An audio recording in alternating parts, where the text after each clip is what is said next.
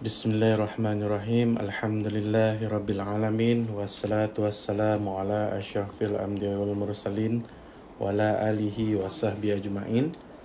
Rabbi yassir wa la tu'assir, Rabbi tamim wa bihair ya karim. Alhamdulillah, pada malam ni kita jumpa lagi dalam sesi live Uncle untuk kita sharing mengenai ilmu perundangan syariah ataupun isu-isu mahkamah syariah untuk kita kongsikan bersama bagi pemahaman semua followers ataupun viewer Uncle yang sudi ataupun yang rajin untuk join kita punya sesi live. Okay. So sebelum tu suka Uncle mau berkenalan dengan Uncle punya viewer yang sudah join dalam ni. Boleh beritahu Uncle punya suara clear ataupun tidak. Mungkin boleh beritahu daripada daerah mana, negeri mana. Okay, kita ada siapa ni ya? Depeniugus. Susah mau sebut ni. Depeni ya? Daphne, Uncle, kalau saya bukan Islam macam mana ya? Okay. Actually, tiada masalah kalau mau join Uncle punya live untuk belajar mengenai undang-undang Islam di dalam ni. Tapi Uncle tidak ada pengetahuan lah tentang persoalan kes-kes civil. Sebab Uncle cuma beramal dalam undang-undang syariah sahaja. So, tidak apa. Boleh join, tidak masalah. Okay? So, siapa lagi yang ada di talian? Kita ada Puan Lavenda. Waalaikumsalam. Thank you orang Sarawak. Suara Uncle clear. Okay, terima kasih.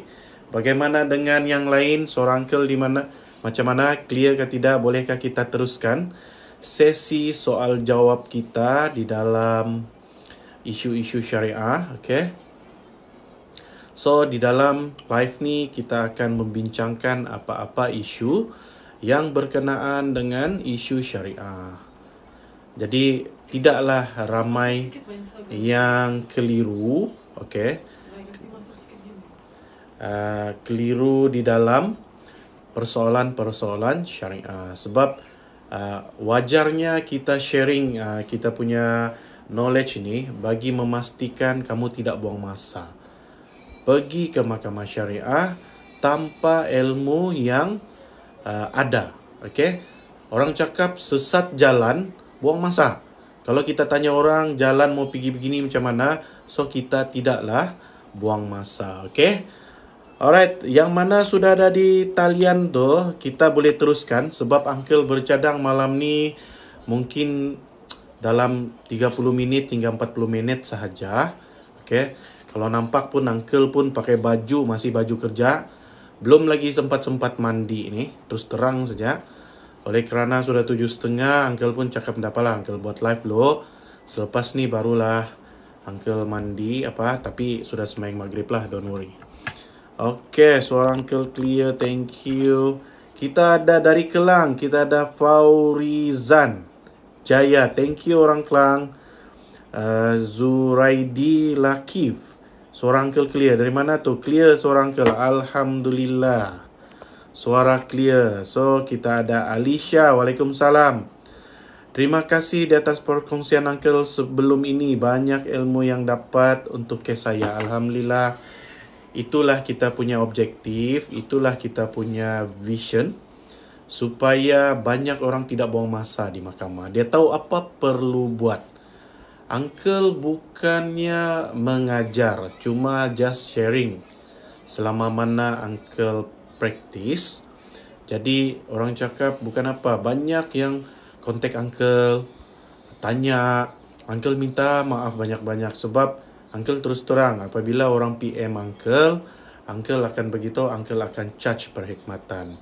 So ada yang tanya macam mana kalau mau free. So Uncle advise supaya join kita punya sesi live. So Uncle akan advise, bukan advice lah, Uncle akan share secara free. So inilah Uncle punya CSR ataupun kerja amal Uncle lah sebagai seorang pengamal perundangan lah. Okay? Sebab minta maaf, susah untuk kami ni sebagai seorang pengamal perundangan mengaku profession kami. Sebab benda ni akan menjadi fitnah ataupun berlanggaran dengan etika kepeguaman tu. So uncle cuma layak untuk sharing. Sebab benda ni actually ada pun dalam internet. Cuma kadang-kadang uncle kesian, uncle punya orang negeri sendiri ataupun kita punya warga negara Malaysia. Kadang-kadang apa yang ada di internet tu dia susah mau faham dalam bahasa perundangan tu. Jadi di sinilah uncle punya tanggungjawab untuk explain supaya lebih faham dan lebih tahu, tidak keliru terhadap perkataan yang wujud di dalam Google itulah terutamanya. Okay? So perantau sepi, waalaikumsalam. Teruskan dengan persoalan. Siapa yang sudah ada ni? So kita nak buang masa sebab uncle bercadang untuk 30 hingga 40 minit ya live pada malam ni. Alright, kalau ex-husband masih tidak bayar edah macam mana ya? Okay, itu persoalan daripada Sheila. Alright, sekejap lagi uncle jawab. Okay. Sekejap uncle baca soalan yang terdahulu dulu. Okay, Sarawak join. Terima kasih banyak ilmu, thank you, welcome. Assalamualaikum uncle, bolehkah anak luar nikah ditukar semula nama bapanya kepada nama asal? Setakat yang uncle tahu, mana-mana anak yang tidak sah taraf memang JPN tidak akan benarkan tukar nama bapa biological dia tanpa arahan ataupun perintah daripada mahkamah syariah. Lainlah kalau kamu berjaya menasabkan anak tersebut di mahkamah, maka dia boleh ditukar nama tersebut di jabatan pendaftaran. Okey? Faham ah? Siapa yang tanya ni? Fahmi. Alright, Assalamualaikum Darwisha, waalaikumsalam. Kita ada Sheila, waalaikumsalam. Kita ada Udin Nur, waalaikumsalam. Thank you for join. Teruskan dengan persoalan. Okay. Kalau ex-husband tidak bayar edah macam mana? Puan Sheila. Kenapa ya? Okay. Mana-mana suami yang masih gagal memberi nafkah edah, puan seharusnya membuat tuntutan nafkah edah di mahkamah syariah.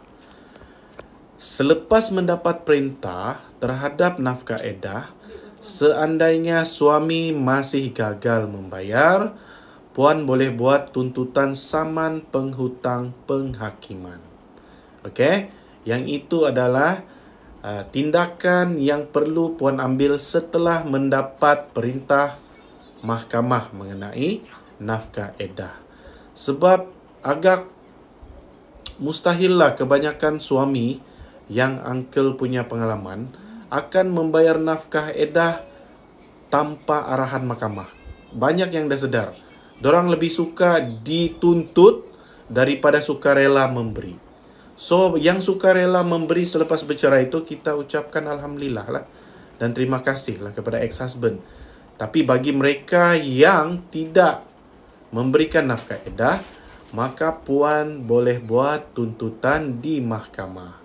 Okay.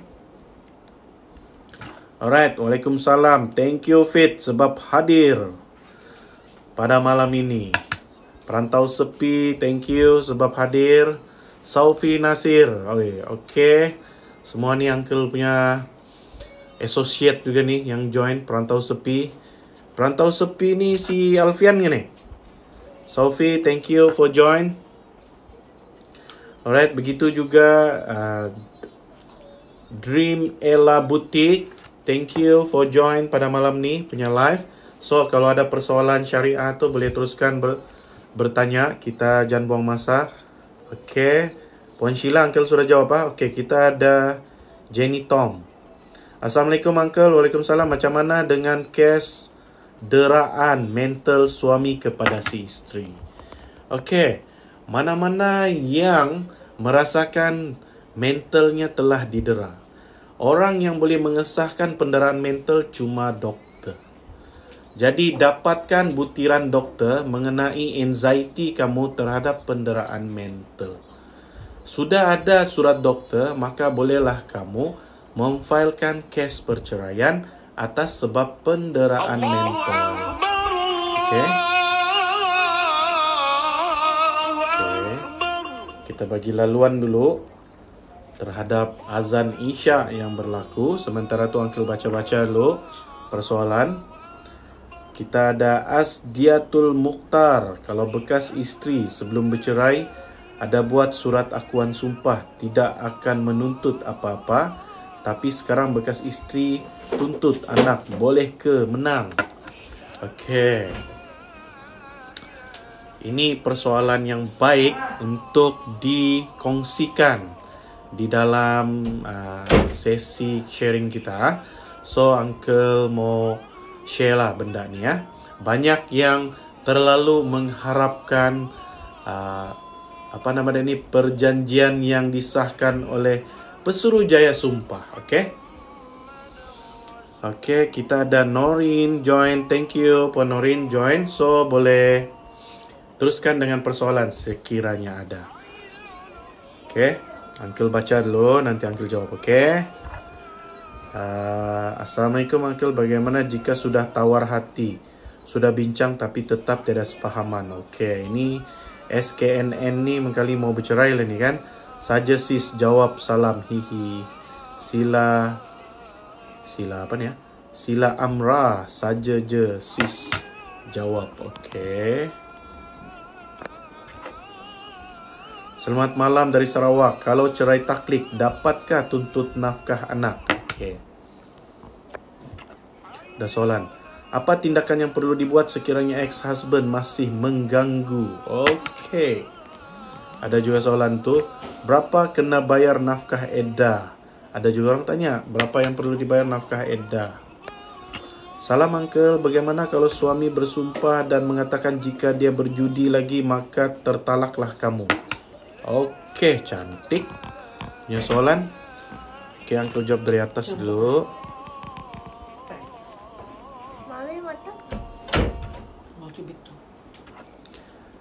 Okey, Assalamualaikum Uncle. Macam mana dengan kes deraan mental suami kepada isteri? Okey.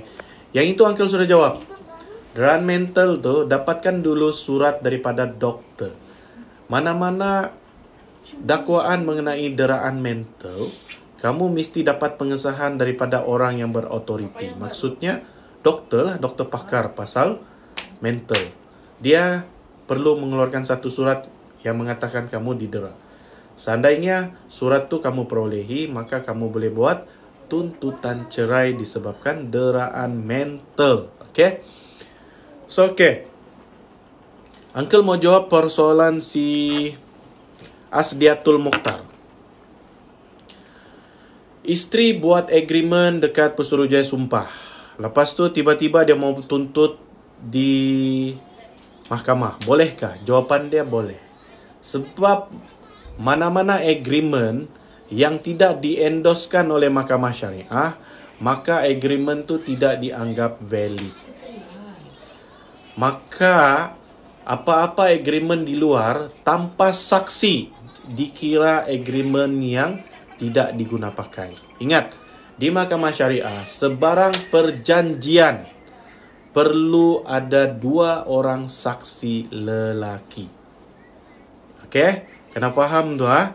So masih boleh cuba. Sama ada menang atau kalah, itu adalah pertimbangan hakim bicara. Jadi isteri yang sudah buat perjanjian di Pesuruhjaya Sumpah masih boleh mencuba untuk membuat tuntutan di mahkamah. Tiada masalah. Boleh beritahu kenapa dan alasannya. Thank you Puan Raya Ali. Waalaikumsalam. Okey. Salam, saya nak tanya untuk hartas pencarian dan tempoh, ada tempoh untuk buat tuntutan? Ada. Hartas pencarian ni, oh ya, maksud Uncle hartas pencarian tiada tempoh lah. Maksudnya even meninggal pun ex-husband, kamu masih boleh buat tuntutan.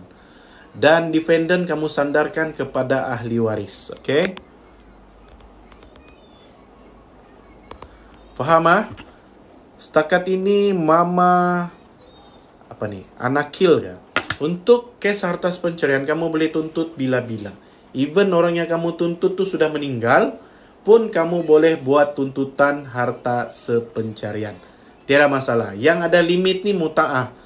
Muta'ah selagi bekas suami itu hidup. Kalau dia sudah meninggal, kita tidak boleh buat tuntutan.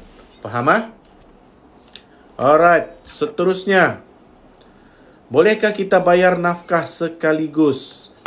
Uncle pun mau faham nafkah apa? Nafkah anak kah? Nafkah istri kah? Nafkah edah kah? Kalau nafkah edah boleh. Nafkah anak pun tidak masalah. Boleh. Kamu darab siya. Sehingga anak tu umur 18 tahun. Tapi dia tetap masih berjudi. Okey, pasal taklik tadi, kamu perlu buktikan taklik tersebut. Okey, kamu boleh buat nama dia PCLM, pengesahan cerai luar mahkamah di bawah taklik. Di mana lafaz cerai yang disebut oleh suami adalah secara taklik. Dia bertaklik bahwasanya kalau dia berjudi lagi, maka akan tergugurlah talak.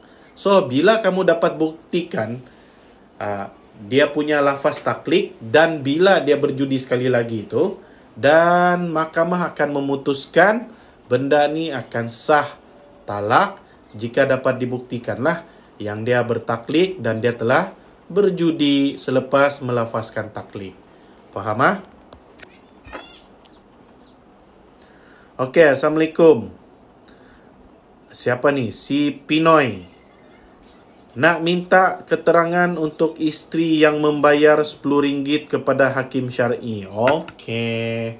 Yang ini ceritanya cerai taklik lah ni. Di mana cerai taklik ni ada di dalam sijil nikah kamu semua. Cek kalau orang Sabah punya sijil nikah tu ada di bawah. Dia cakap taklik si suami. Di mana taklik si suami ni ada 3 perkara. Dalam 3 perkara tu, klausa di bawahnya, jika si isteri mengadu kepada qadi ataupun hakim syar'i dengan membayar RM10, maka tertalaklah ia. Okey, maksudnya itu, bila si isteri tu membuat tuntutan di mahkamah atas 3 perkara tadi. Apakah perkara tadi? Yang pertama tu tidak memberikan nafkah zahir. 4 bulan berturut-turut. Siapa yang tidak bagi? Suami kah, wakilnya kah, atau keluarganya? Jika 4 bulan berturut-turut tidak diberikan nafkah belanja. Yang kedua, pasal nafkah batin. Yang ini tidak wakil lah, mesti laki. Tidak wakil-wakil laki ya dalam nafkah batin, kena suaminya sendirilah. Tidak memberikan nafkah batin tanpa alasan yang mudah sabah 4 bulan berturut-turut. Okey? So, jika si isteri memfailkan kes ke mahkamah syariah dan membayar RM10 setelah diputuskan hakim, maka tertalaklah ia dengan cerai taklik. Faham ah? Yang ketiga, berlakunya daral syar'i. Apa daral syar'i ni? Lazim, bukan lazim. Daral syar'i ini adalah kecederaan ataupun ialah kena pukul. Paling senang mau faham dipukul suami. Okey? Yang itulah 3 taklik si suami semasa akad nikah. Jika si isteri membayar RM10 setelah dapat membuktikan 3 perkara tersebut salah satunya, maka hakim boleh jatuhkan talak. Maksudnya hakim akan memfarakkan perkahwinan tersebut, memfasahkan. Faham ah? Itulah sebut RM10 tu. Assalamualaikum. Okey, si apa ni? Riil Jannah. Bapaknya banyak duit, hantar anak pengasuh. Tapi tak mau kasih duit asuhan pada ex. Okey, statement. Soalannya apa? Salam uncle, bagaimana kalau suami bersumpah dan mengatakan jika dia berjudi lagi maka tertalaklah kamu? Sudah uncle explain kan tadi, itu talak taklik. Berapa kena bayar nafkah edah? Okey. Nafkah edah ni perlu dibayar mengikut kebiasaan kamu bayar nafkah kepada isteri. Kalau kamu bayar nafkah isteri setiap bulan RM1,000, so maksudnya edahnya 3 bulan RM3,000. Kalau kamu biasa bayar nafkah isteri RM500, so maksudnya RM1,500 darab 3 bulan. Itu kalau dia tidak mengandung. Kalau dia mengandung pula, kamu kena bayar sehingga dia melahirkan anak. Faham ah? Edah ni ada 2 kategori. Orang yang mengandung sama tidak mengandung. Okay, faham ah? So, kita ada persoalan daripada Nurziani Lucy. Assalamualaikum. Waalaikumsalam. Nak tanya, jika suami kahwin atau nikah lagi, adakah wajib suami memberitahu isteri pertama? Yes. Memberitahu wajib. Bukan minta izin. Di mahkamah, dalam permohonan poligami, mahkamah mewajibkan pemohon, iaitu suamilah, memaklumkan isteri pertama melalui serahan notis permohonan poligami. So, maksudnya wajib dimaklumkan isteri pertama ataupun isteri pertama dan kedua lah kalau dia mohon poligami yang ketiga dan seterusnya. Okey? Puan Nurziani, memaklumkan tu wajib, bukan memberi keizinan. Isteri untuk poligami, suami tidak perlukan keizinan si isteri, cuma perlu memaklumkan si isteri. Kenapa? Wajibnya pemakluman oleh mahkamah ini memberi ruang kepada isteri yang pertama untuk membuat bantahan ataupun membuat pembelaan terhadap permohonan tersebut. Mungkin dia mau bantah ada sebab. Contoh, suami dia ni ada penyakit kelamin kah? Ada penyakit yang membolehkan tidak layak untuk berpoligami kah? Kan? Sedangkan satu bini pun kekurangan nafkah batin, apalagi dua. Contoh. Ataupun memberi ruang kepada isteri untuk membuat tuntutan 3 perkara. Apakah tuntutan semasa poligami? Nafkah isteri semasa, nafkah anak semasa, dan harta sepencarian. 3 kes ni akan ditetapkan semasa permohonan poligami. Inilah hak si isteri, kenapa perlu dimaklumkan permohonan poligami. Sama ada dia mau membantah ataupun ingin memfailkan benda ni. 3 tuntutan tadi. Faham ah, Puan Nurziani Lucy? Okey, Uncle teruskan dengan soalan yang lain.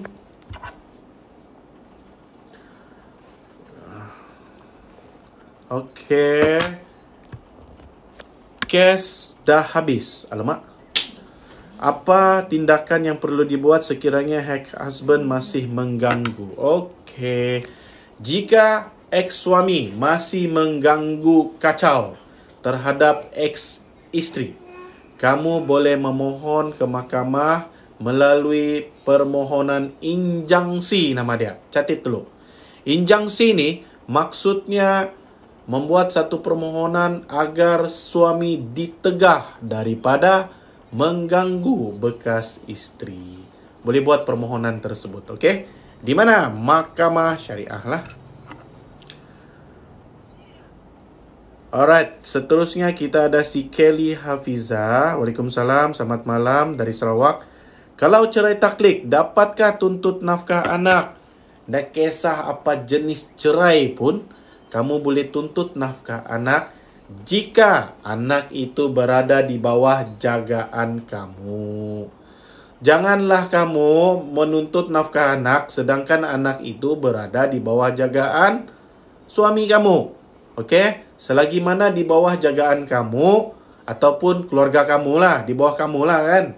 Biasanya di bawah kamu ni mama kamu kah, kamu kah? So, kamu boleh tuntut nafkah anak. Tak kisah kamu jenis cerai apa. Selagi mana anak yang kamu minta nafkah tu adalah anak sah taraf. Tidak layak kamu tuntut jika anak itu tidak sah taraf terhadap bapa kandungnya. Faham ah? Okey, kita ada Lisha Mikael. Waalaikumsalam. Alright, soalan seterusnya saja Jessis jawab salam. Okey. Assalamualaikum. Alamak, mana sudah soalan tu? Uncle, kalau bercerai, barang kemas yang dibelikan untuk kita boleh ambil ke? Kan itu hadiah. memang boleh ambil. Itu tidak termasuk dalam harta pencerian. Okey, sekejap tersasar sudah yang Uncle baca. Uncle, mahkamah syariah pindah ke kompleks mahkamah Likas kah? Yes. Dia akan berpindah dan beroperasi penuh pada 1 Februari. Okey. Okey, dengar kepada semua orang KK, mahkamah buat sementara ni di KK memang tidak beroperasi sebab memberi ruang kepada kerja-kerja perpindahan angkat barang ke kompleks mahkamah baru. So, mahkamah KK akan mula beroperasi pada 1 Februari 2022. Okey? Jadi, siapa-siapa yang terasa mau pergi mahkamah daftar kes tu, tahan-tahan dulu sampai 1 Februari. Nanti sia-sia pergi Wisma Muiz. Okey. Mana sudah ni? Jauh sudah ni. Assalamualaikum. Kalau isteri gantung tak bertali. Isteri yang gantung, kalau isteri gantung tak bertali, isteri sendiri dianggap dah jatuh talak. Jatuh ke tak? Mana jatuh? Tidak akan jatuh talak selagi mana tiada buat tuntutan perceraian di mahkamah. Okey? Uncle nak tanya, jatuh talak ke jika suami cakap baik pisah? Sebab dia ada cakap baik berpisah. Bukan dia cakap kita bercerai. Okey? So, kena hati-hati dengan words. Tapi dalam masa yang sama, suami buat fasah. Tolong jelaskan. Tuan, tolong jelaskan. Apa balik-balik jelaskan ni si Cik Puan Aziz ni? Dia apa? Tengok soalan yang first lu. Apa dia punya soalan? Tiada pun. Okey.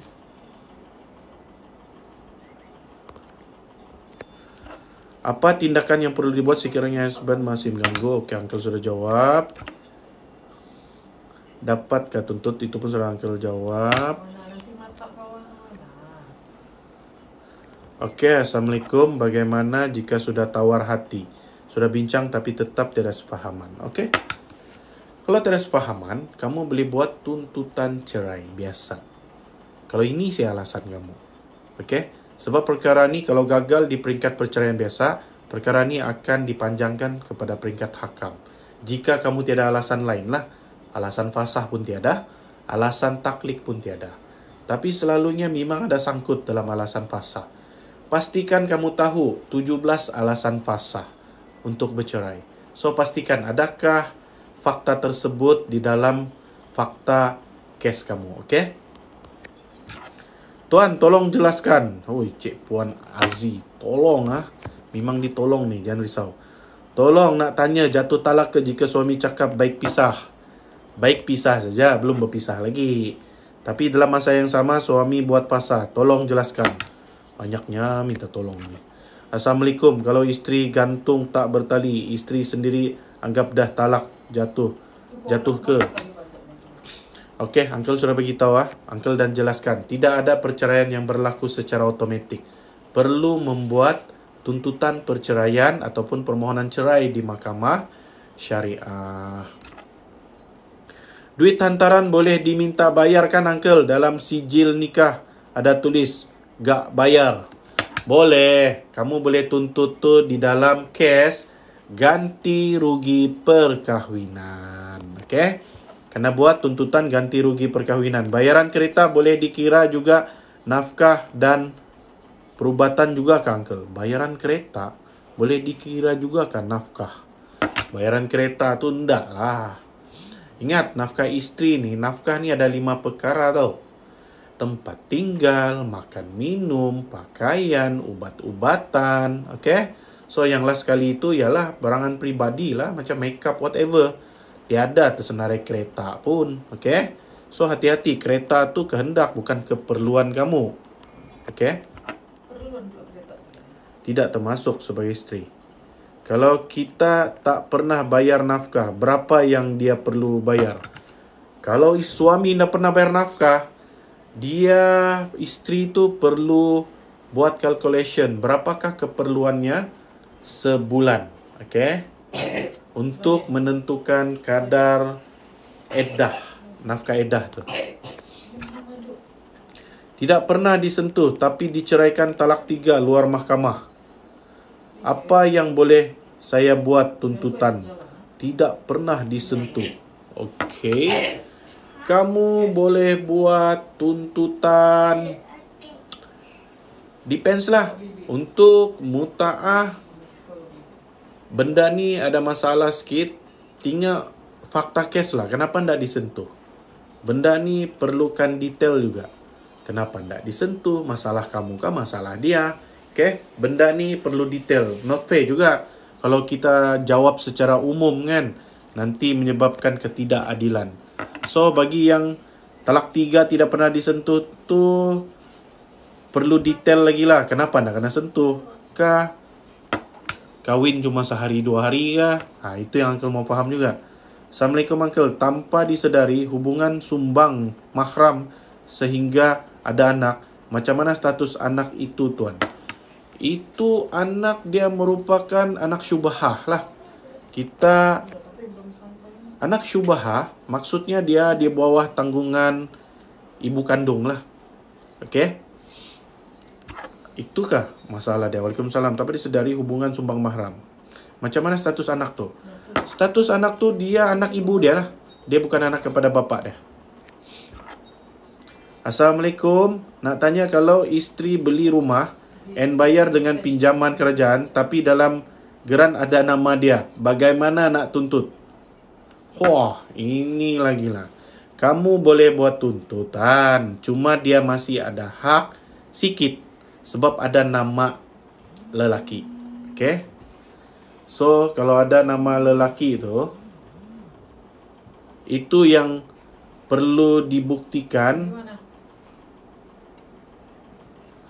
Perlu dibuktikan berapa persentage sahaja yang layak terhadap si suami tadi. Okay?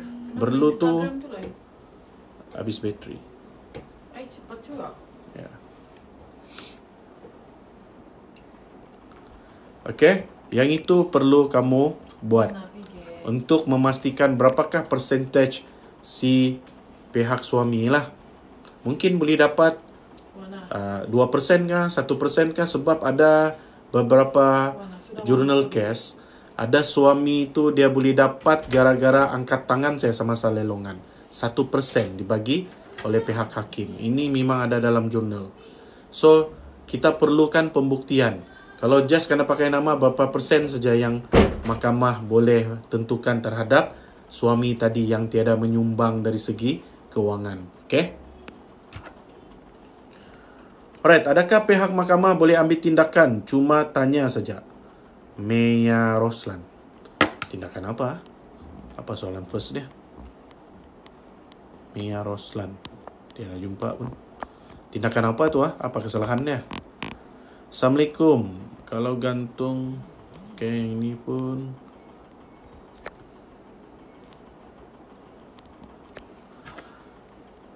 Okey, ada orang tanya mahkamah sudah pindah ke Likas. Yes. Sekarang dalam proses mahkamah. Mia Roslan, Uncle, macam mana ya kalau bekas suami tidak mahu bagi kerjasama untuk buat surat beranak? Kamu boleh buat pun surat beranak tanpa suami. Tiada masalah. Tak perlu tunggu suami pun. Okey? Kamulah yang buat. Tak payah tunggu suami ya. Salam. Suami tak mahu bagi kerjasama untuk cerai, tapi sudah 8 tahun tidak duduk bersama. Kedua pihak tidak sehaluan. Kamu boleh filekan cerai jenis fasah ataupun taklik tanpa kehadiran suami ke mahkamah. So don't worry. Tidak perlu pun kerjasama suami dalam tuntutan perceraian. Tidak diwajibkan pun. Okey? Siapa ni? Hayati Ati. Assalamualaikum Uncle. Nak tanya. Bekas suami suka mengganggu dan culas nafkah anak. Dan juga bekas suami nak tuntut jagaan anak. Okey. Kamu boleh buat tuntutan. Okey, mengganggu ni kena tahu juga ganggu macam mana. Sebab suami masih ada hak untuk jumpa anak dan bermalam kalau sudah bercerai pun. Jadi, kamu buatlah tuntutan hadanah. Dan suami pun boleh dapat hak lawatan syar'i ataupun bermalam mengikut keputusan mahkamah. Okey. Jadi itulah yang perlu kamu lakukan buat tuntutan hak jagaan anak. Okey. So tiada lah yang mau declare kena ganggu kan. Sebab anak tu pun, tengoklah kalau anak tu anak sah taraf, dia berhak. Kalau tidak, dia tidak berhak. Kalau suami tidak pulang selama 2 tahun tanpa alasan tapi tetap bagi nafkah walau tiada seberapa, apa perlu saya buat lagi? Saya sudah tawar hati dengan suami. Boleh buat tuntutan taklik pun boleh. Boleh buat tuntutan fasah pun boleh. Kalau mau bercerai lah. Sebab apa? Sudah berapa? Lebih 4 bulan tidak berkelamin. Tidak jumpa pun mau setahun. Kan? Itu salah satu alasan fasah. Taklik pun boleh. Siapa ni? Krismah Samuel. Okay? Boleh buat tuntutan cerai jenis taklik maupun fasah. Okay. Kalau bercerai, barang kemas yang dibelikan untuk kita boleh ambil ke? Boleh. Yang itu bukan harta pencarian. Yang itu hadiah masa dalam perkahwinan. Memang boleh ambil. Siapa si Muhammad ni?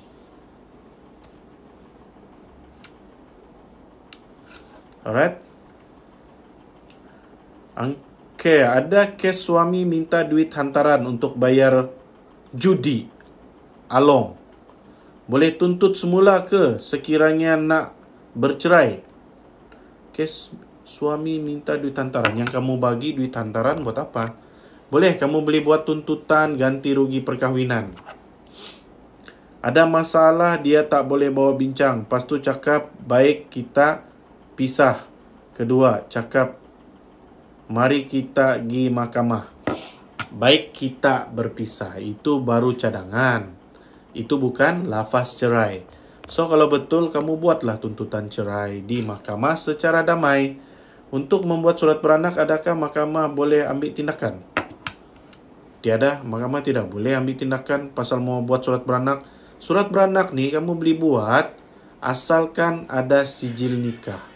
Isunya, kamu ni mungkin tiada sijil nikah. Sebab itulah susah buat surat beranak. Actually, boleh je buat surat beranak tanpa ada sijil nikah. Di mana surat beranak tu kamu jadi ibu tunggal lah. Okay? Assalamualaikum. Uncle, sorry lari tajuk. Saya mau tanya, denda untuk kes tangkap basah betulkah 2,500? Tangkap basah? Tengok kesalahan lah berapa yang didakwa. Normalinya dakwaan tu melibatkan RM1,000 setiap kesalahan. Tengoklah berapa kesalahan yang dia didakwa oleh pendakwa syariah. Assalamualaikum, saya nak tanya, kalau bekas suami tidak mahu beri kerjasama untuk hari ini 3 kali suami saya ajak pisah. Ajak je pisah tapi belum lafaz cerai kan. Salam, saya nak tanya, kalau saya nak kahwin lagi sekali, penjagaan anak saya tu jatuh kepada bekas suami ke? Boleh.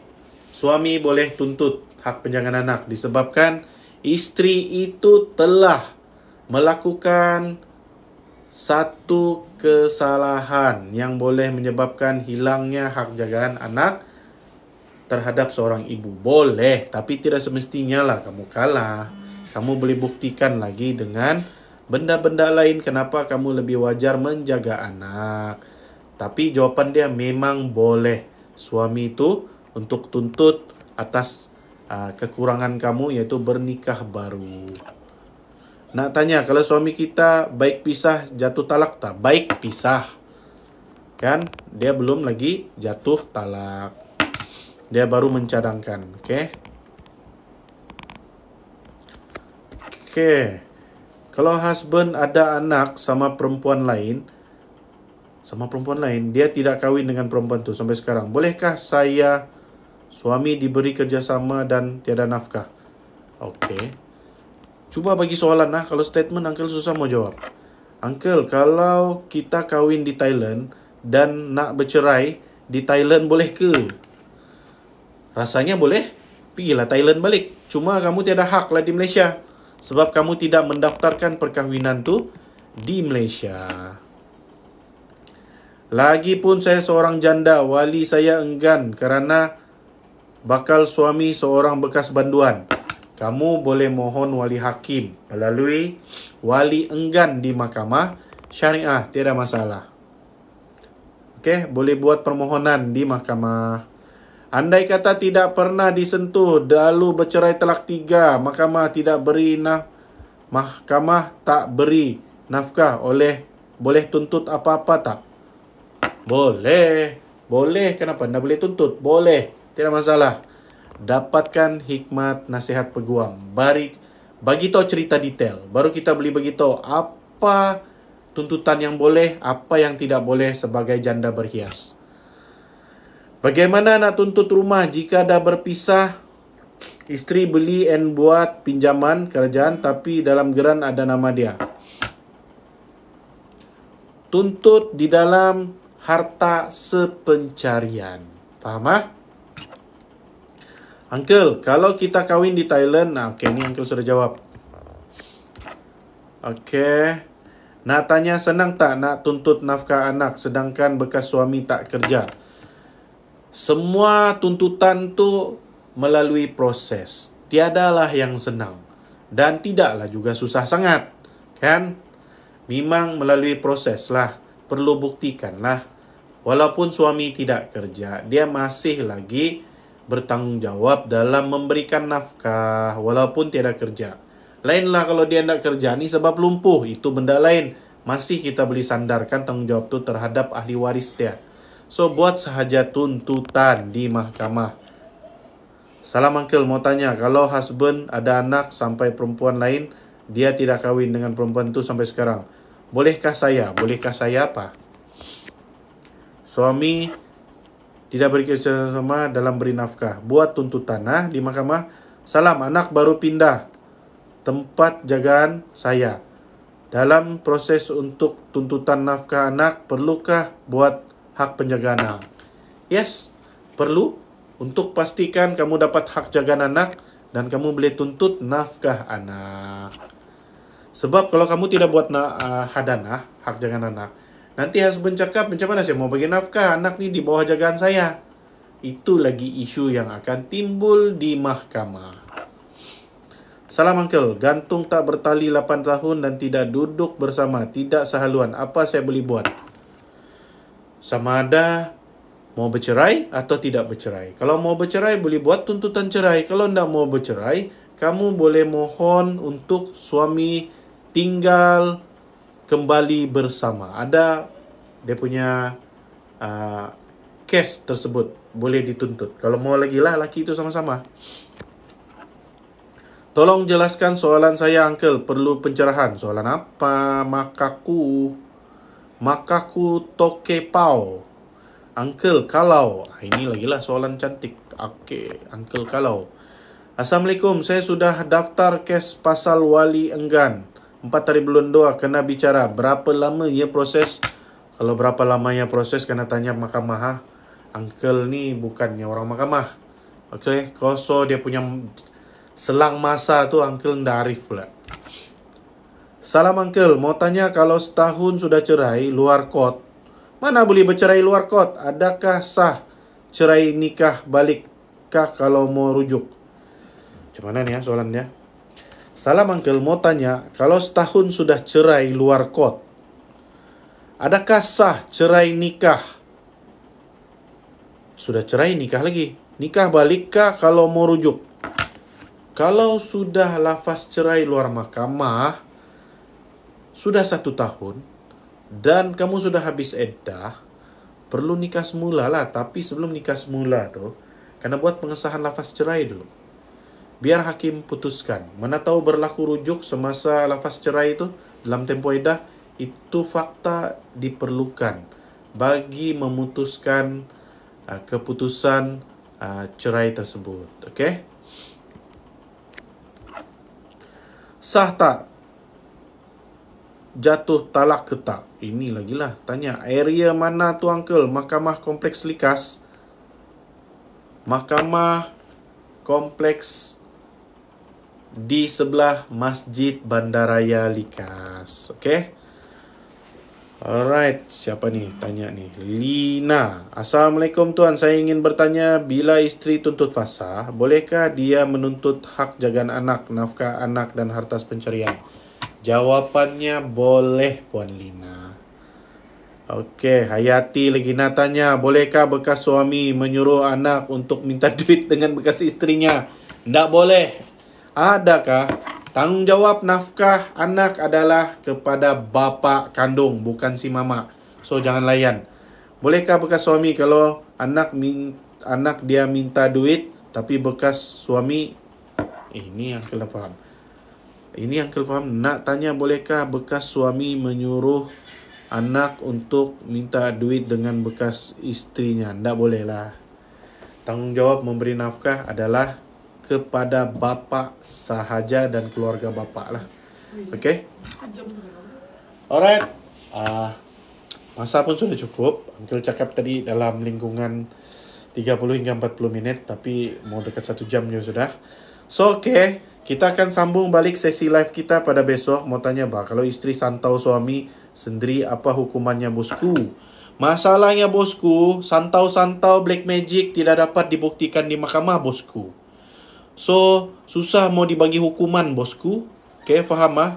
Cerita black magic santau tidak ada dalam mahkamah. Sebab benda itu... Ha? Tidak ada tempat okey. Bukan yang tuna putih tu bah. Ni? Bukan atas tu bah. Ni? Yang dia kasih tahu bateri kurang tu. Tidak lah, tekan pun tak boleh. Di bawah. Ni close. Close lah, close. Alright. Okey, jika suami dalam penjara and minta duit daripada isteri tiap-tiap hari, boleh ke tuntut cerai? Actually, suami masuk penjara pun kamu sudah boleh tuntut fasah jika hukuman dia tu melebihi 3 tahun ke atas. Okey? So, boleh rujuk alasan fasah. Uncle, sahkah kalau sudah dia kasih cerai tahun 2017? Ui, mana tu? Uncle nak baca pula. Okey, tahun 2017 sampai sekarang dan baru 2020 urus sendiri. Dah Uncle faham ni. Sahkah kalau sudah dia kasih cerai? Dia kasih cerai, ada sijil cerai ya? Apa kabar? Sehat? Sehat. Salam, bolehkah tebus talak jika nafkah dan kebajikan diabaikan? Adakah nilai tebus talak ditentukan mahkamah? Tidak. Tebus talak ni adalah mengikut persetujuan pihak-pihak. Uncle tak suggest cerai secara tebus talak sebab benda ni jarang ada dapat muafakat. Kalau kamu mau, boleh ditentukan oleh mahkamah pun memang boleh. Kalau mau buat juga tebus talak, tidak masalah. Cuma benda ni agak rumit, tapi memang boleh. Mahkamah yang putuskan berapakah nilai yang wajar dalam tebus talak. Boleh. Encek. Panggil si Uncle. Saya nak tanya, kalau kita mimpi nak patuk ular, apa maksudnya? Kamu pergi tanyalah tukang tafsir mimpi. Dah kan Uncle kau tanya pasal mimpi patuk ular? Aduh. Okay, dah masuk ruangan ni. Live Uncle ni pasal isu syariah, bukan tajuk mimpi. Okay, thank you for join Uncle punya live. Waalaikumsalam, Rafefi. Sorry, Uncle mau mengundur diri sudah ni, okay? So, kita jumpa lagi dalam sesi live kita akan datang. Assalamualaikum warahmatullahi wabarakatuh. Rafefi, Uncle jawab besok lah. Masuk awal sikit.